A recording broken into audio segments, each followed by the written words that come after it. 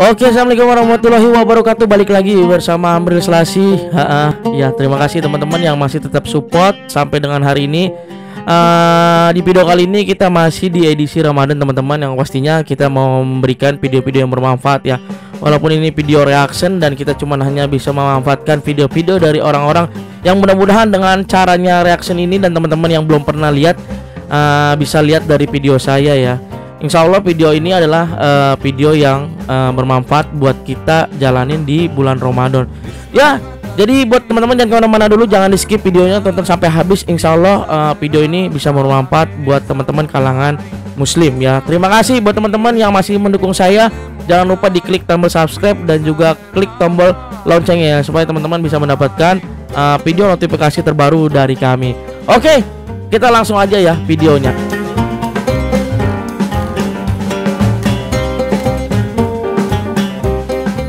Apakah semua orang yang puasa bisa mendapatkan 4 kemuliaan tadi atau tidak? Ini poinnya. 4 itu kalau digabungkan jadi takwa namanya. Singkatnya, apakah semua orang puasa pasti bertakwa? Ya, tanyakan Al-Quran. Apa jawaban Allah di Al-Quran?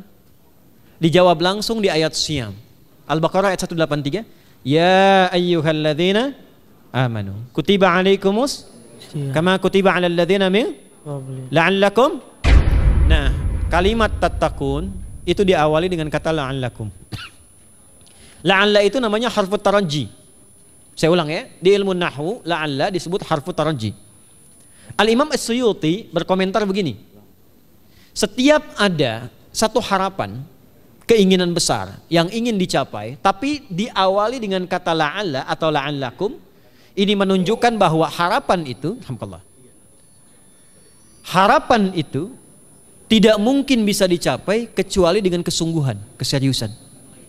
Jadi ketika Allah menutup kalimat puasa, ayat puasa dengan kata la'allakum, seakan memberi kesan tidak semua orang puasa akan mendapatkan kenaikan takwa dan jaminan 4 kemuliaan tadi kecuali orang yang serius puasanya.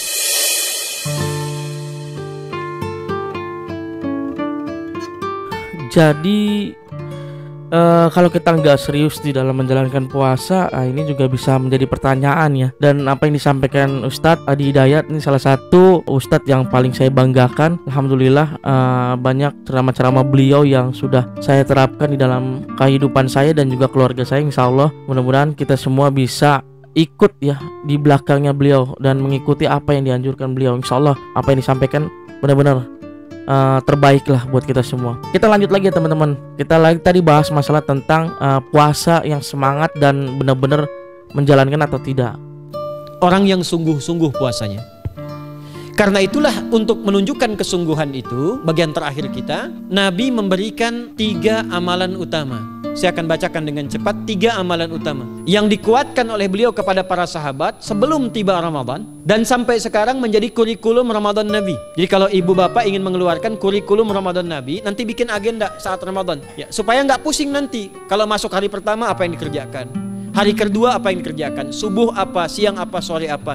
Cuman nanti saya berikan 3 yang pokok ini. Ada 3. Nah teman-teman tahu nggak kalau kita di zamannya dulu sekolah ya, kalau kita nggak tahu ya zaman kurikulum sekolah sekarang ya, itu memang dulu aku pernah ngerasain ya, ketika kita sekolah itu ada buku khusus tuh yang kalau kita melakukan di situ ada sholat ya, ada puasa, ada menjalankan taraweh, ada apa namanya berbuat baik, sedekah. Nah itu ada conteng-contrengannya tuh.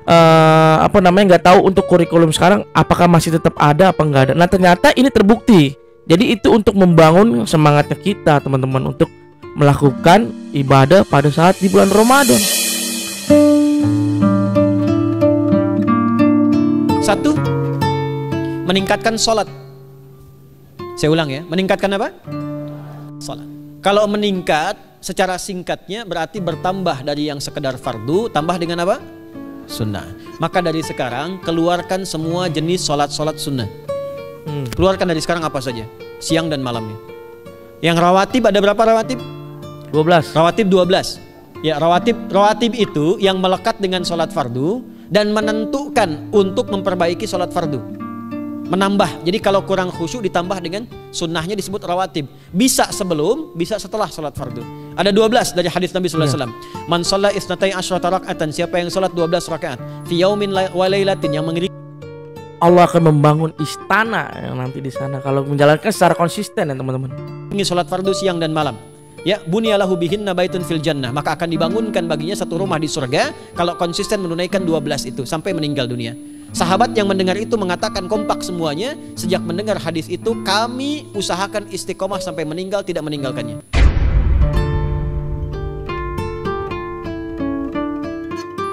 12 itu 2 sebelum subuh, cepat. 4 sebelum zuhur, 2 setelah zuhur, 2 setelah maghrib, 2 setelah isya. 2 rakaat sebelum subuh, 4 rakaat sebelum zuhur. Kalau nggak bisa 4 rakaat karena terbatas waktunya, boleh 2 rakaat khusus untuk sebelum zuhur. Kalau nggak bisa 4, boleh berapa? 2. Dalilnya hadis Ibnu Umar radhiyallahu taala anhuma. Kata beliau, hafidtu asyra rakaatin, saya hafal 10 rakaat dari Nabi sallallahu alaihi wasallam salat sunnah. Maka menyebutkan sebelum zuhur 2 rakaat. Baik, jadi 12 ya. 2 sebelum subuh, 4 sebelum zuhur, 2 setelah zuhur, 2 setelah maghrib, 2 setelah isya. Ini yang disebut dengan rawatib. Jamak dari kata ratib. Di luar ini mutlak. Mutlak ini ada yang berdampingan dengan salat fardu, ada yang terpisah. Contoh yang berdampingan, 4 rakaat sebelum asar. 4 rakaat ini bukan disebut rawatib, tapi salat mutlak. Cuma waktunya berdampingan dengan salat fardu. Jadi dia nggak memengaruhi salat fardu, cuma punya keutamaan sendiri. Apa keutamaannya? Hadis Ibnu Umar radhiyallahu taala anhuma, ketika beliau menyampaikan qala Nabi sallallahu alaihi wasallam, rahimallahu ra'an shalla qabla al-asri arba'an. Allah akan menambahkan rahmat pada orang yang terbiasa salat 4 rakaat sunnah sebelum salat asar. Jelas ya? Iya. Benar. Baik. Kemudian apalagi setelah itu? Salat di antara 2 adzan dan 2 adzan ini, adzan dan iqamah. Ya, di antara adzan dan iqamah. Tahiyatul masjid. Apalagi misalnya salat duha. Duha dibagi 3. Awal duha itu kurang lebih 1,5 jam setelah salat subuh. 1,5 jam sebelum salat subuh. Itu sudah salat subuh ya? Subuh sekarang misal 4:30, maka jam 6 muncul awal duha. Namanya syuruk. Saya ulang, salat apa namanya? Syuruk itu salat awal duha. Jumlah rakaatnya 2 rakaat. Man shalal ghadata fil jama'ati thumma yaqudu yadhkurullah subhanahu wa ta'ala fa yusalli rak'ataini fakana alaihi ka ajri umratin wa hajjin, ya ka ajri ummatin wa hajjin tamatan. Siapa yang salat subuh 2 rakaat dengan berjamaah, ya, dan umumnya kalau berjamaah bisa ke masjid, di masjid. Kalau tak mampu ke masjid, tunaikan di rumahnya. Setelah itu tidak beranjak dulu, dia duduk untuk berzikir kepada Allah. Zikir itu bisa baca Quran. Quran surah 15 ayat 9 itu Quran disebut dengan zikir. Quran surah 54 ayat 17, 22, 32, 40 itu Quran disebut dengan zikir. Bisa baca Quran, bisa berdoa. Doa disebut dengan zikir. Quran surah ke-7 ayat 205. Ya. Bisa dengan apa lagi? Bertafakur, ya, mengaji, ta'lim, itu disebut dengan zikir. Ali Imran ayat 190 191. Alladzina yadhkuruna Allaha qiyaman wa qu'udan wa 'ala junubihim wa yatafakkaruna fi khalqis samawati wal ard, ya, disebut dengan zikir. Bisa bertasbih. Zikir pagi petang, kalimat-kalimat thayyibah ada itu di Quran surah ke-4 ayat 103. Jadi habis salat subuh zikir dulu. Doa dulu, zikir dulu, belajar dulu, tafsir dulu. Setelah itu muncul syuruk. Perjalanannya disebut isyraq, melewati masyrik, 1 tombak bayangan, dia sholat 2 rakaat, itu pahala sholatnya senilai haji dan umrah.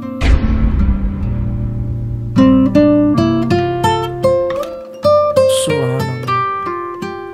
Pahalanya sehaji dan umroh. Jadi tadi ada 3 ya, 3 sholat duha ya. Yang pertama untuk pembukaan doa itu sholat suruh ya. Setelah habis sholat subuh. Wah, ternyata ini pahalanya gede juga teman-teman ya. Mudah-mudahan ini bisa bermanfaat nih buat kita semua nih. Kita lanjut lagi teman-teman. Sempurna. Bukan sudah haji, bukan. Mau kemana? Ibu mau haji dulu? Tidak. Ya, hajinya nanti bulan Dzulhijjah. Tapi senilai haji dan umrah itu 2 rakaat. Awal duha disebut apa? Syuruk. Pertengahan duha sekitar jam 9 jam 10. Jumlahnya 2 sampai 4 rakaat. Ya, 2 sampai 4 rakaat. Apa fungsinya? 1, mengganti seluruh zikir yang ada dalam tubuh kita. Mata berzikir, telinga berzikir, lisan berzikir, bisa diganti dengan 2 rakaat duha. Itu waktunya pertengahan duha. kurang lebih dari jam 8, 9, 10 lah, kurang lebih 3 jam itu ya. Yang kedua, bisa menghambat atau menghentikan, menahan satu musibah umum. Satu musibah umum. Seperti apa tuh teman-teman? Misal ada kebanjiran nih atau macet nih. Orang-orang kena macet. Bapak yang biasa sholat duha pertengahan itu tiba-tiba ditolong oleh Allah, dibebaskan. Tiba-tiba ada orang datang, Pak lewat sini di sana macet. Atau dibimbing ada kontraflow. Itu manfaatnya duha tuh. Yang pertengahan. Yang terakhir adalah akhir duha. Sekitar jam 10 sampai jam 11 menjelang ke zuhur. Ya, akhir duha itu jumlahnya dari 2 bisa 4 sampai 8 rakaat. Di antara manfaatnya bisa mempermudah datangnya rizki dengan izin Allah Subhanahu wa taala ketika ikhtiar. Itu duha. Nanti ke malamnya silahkan tahajud, tingkatkan tarawihnya sampai ditutup dengan witir. Itu salat. 2 yang terakhir saya cepat.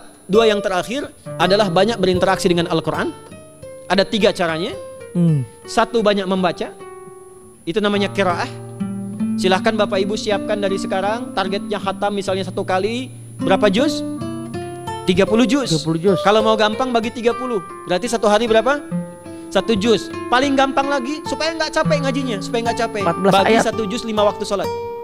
Contoh, juz pertama itu Al-Baqarah plus Al-Fatihah. Al-Fatihah saya nggak hitung lah karena sudah hafal ya. Al-Baqarah itu 141 ayat juz pertama. Bagi 5, 28. Jadi setiap ketemu waktu sholat bagi 2 lagi. 28 bagi 2 berapa? 14. Sebelum sholat baca 14 ayat. Setelah sholat baca 14 ayat. Setelah sholat baca 14 ayat setiap habis sholat 5 waktu ya. Kalau pengen bisa mengejar khatam dalam Ramadan untuk bisa mengejar 30 juz. Berarti kalau kita konsisten di dalam membaca Al-Quran setelah habis sholat 14 ayat, insya Allah ya itu bisa kekejar ya 30 juz. Wah subhanallah nih. Itu 14 ayat tuh paling-paling gak nyampe 5 menit Bu Pak. Kalau investasi 10 menit setiap waktu sholat bagi 2 kita baca 14 ayat, itu insya Allah selesai Ramadan khatam Quran. Itu udah rumus. Ya, tidak cukup dengan amin. Siapkan dari sekarang. Siapkan. Iya. Aduh ya Allah. Kemudian mengkaji, kajian, tilawah. Itu tilawah tuh di hadis Muslim pahalanya banyak. Ya, majtama'a qaumun fi baitin min buyutillahi. Ya, kita ngajinya Quran hadis ya, biar ya, lebih kuat dalilnya. Majtama'a qaumun fi baitin min buyutillahi yatsluna kitaballahi wa yatadarasuna fima bainahum. Ya, siapa yang bisa tilawah Quran, ngaji, tafsir, keluarkan misalnya untuk Ramadan 10 hari saya pengen tahu Al-Fatihah. Itu ketika dilakukan punya 4 keutamaan. 1, ghasyiyat humur rahmah. Selama ngaji rahmat Allah dibentangkan. Kalau pengen doa cepat dikabulkan, kalau istighfar diampuni. Yang kedua, awas ini nazalat alaihimus sakinah, diberikan ketenangan dalam jiwa. Bapak Ibu pengen di rumah tangga nyari sakinah, isi dengan Quran di rumah. Amalan terakhir infak. Ya, hadisnya dari Ibnu Abbas, Ibnu Abbas radhiyallahu taala anhuma, qala, ya, beliau mengatakan kana Nabi sallallahu alaihi wasallam ajwadan nas wa ajwadu ma yakunu fi Ramadan. Adalah Nabi sallallahu alaihi wasallam itu orang yang sangat luar biasa dermawan dan lembut. Dan bertambah dermawan lagi ketika tiba Ramadan. Apa yang dilakukan Nabi? Mensupport sahabat, siapapun yang punya anggaran untuk infak disiapkan sebelum Ramadan. Nah ini orang-orang kaya nih harus pengen dapat pahala yang besar, ya harus mempersiapkan semua segala-galanya untuk memberikan sedekah ya, pada saat di bulan Ramadan teman-teman. Dan semoga Allah Subhanahu wa taala memberikan kemuliaan kepada kita semua. Amin. Kesehatan. Amin. Dan saya yang terakhir saya ingin sampaikan doa penting. Tolong hafalkan doa ini. Doa penting teman-teman. Doa penting apa nih yang harus diamalkan nih teman-teman? Bismillah. Dan ini doa yang diajarkan Nabi menjelang Ramadan, supaya mendapatkan kesehatan, kekuatan, keselamatan untuk beribadah saat Ramadan. Hadisnya di At-Tirmidzi nomor hadis 3254. Qala, langsung saja qala Nabi sallallahu alaihi wasallam. Allahumma ahillahu alaina bil yumni wal iman wassalamati wal islam Rabbi wa rabbukallah. Itu tolong nanti dihafalkan. Tadi sudah direkam, dibimbing. Nanti ketika ditetapkan masuk awal Ramadan, bacakan itu.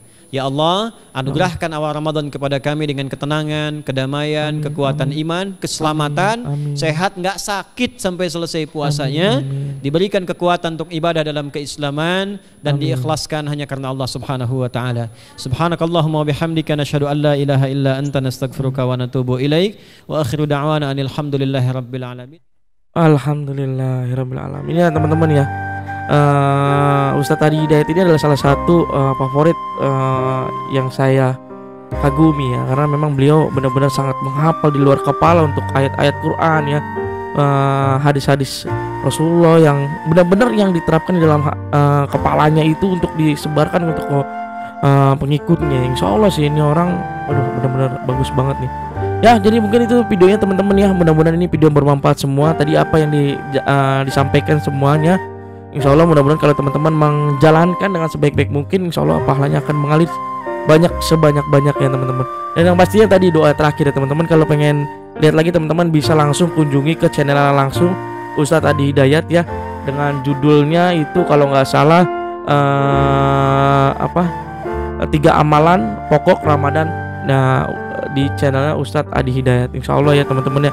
Mudah-mudahan yang teman-teman yang belum pernah lihat channelnya ya, kalian bisa langsung kunjungi aja channelnya ya. Terima kasih teman-teman semua yang udah mau nonton sampai habis. Mudah-mudahan ceramah yang tadi disampaikan Ustadz Adi Hidayat ini bisa menjadi usaha kita ya, semangat kita di dalam melaksanakan ibadah pada saat di bulan Ramadan ini, insya Allah, amin ya rabbal alamin. Oke, mungkin itu aja video dari saya.